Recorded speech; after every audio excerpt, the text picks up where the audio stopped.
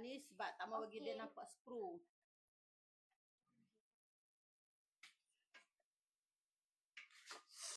Nah, kan nak jadi kawan dah tu. Kata dah gaduh-gaduh lama-lama jadi kawan. Kan?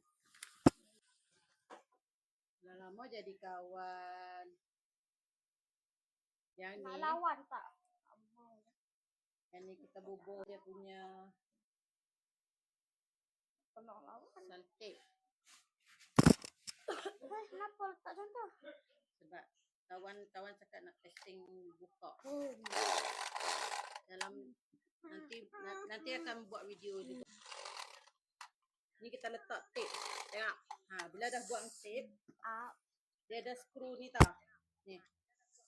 Ni dia ada skru dua ni. Skru dua ni. Lepas tu nak pasang dia, buka je.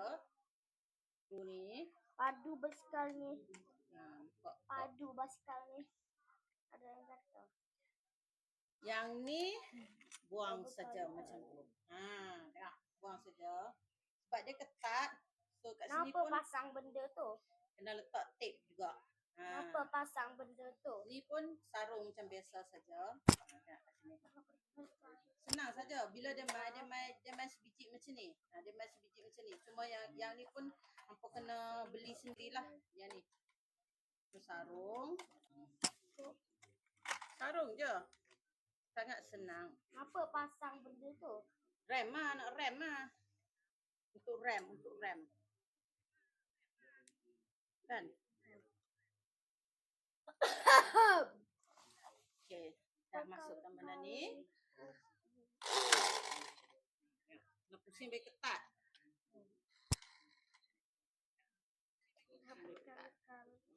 Dia ada skru. Nak ketatkan. Ketatkan. Okay, bila dah ketatkan, rem pun best. Okay, dah siap dah. Senang je pasang.